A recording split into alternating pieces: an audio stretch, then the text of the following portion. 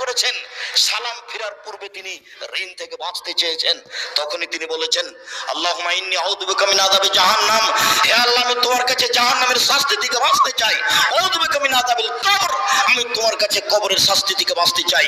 আউযু বিকা মিন ফিতনাতিল মাসীহ দাজ্জাল, তোমার কাছে আমি দাজ্জালের ফিতনা থেকে বাঁচতে চাই। আউযু বিকা মিন ফিতনাতিল মাহইয়া ওয়াল মামাত, তোমার কাছে বাঁচতে চাই ইহকালের বিপদ, তোমার কাছে বাঁচতে চাই পরকালের বিপদ, তোমার কাছে বাঁচতে চাই ইহকালের ফিতনা, তোমার কাছে বাঁচতে চাই পরকালের ফিতনা হতে। আউযু বিকা মিনাল মাহসামি ওয়াল মাগরাম, তোমার কাছে বাঁচতে চাই বড় পাপ হতে, তোমার কাছে বাঁচতে চাই ঋণ কর্য হতে, তোমার কাছে বাঁচতে চাই বড় পাপ হতে, তোমার কাছে বাঁচতে চাই ঋণ কর্য হতে। রাসূল সাল্লাল্লাহু আলাইহি সাল্লাম দিন রাত ঋণ কর্য থেকে বাঁচার জন্য আল্লাহর কাছে প্রার্থনা করতেন।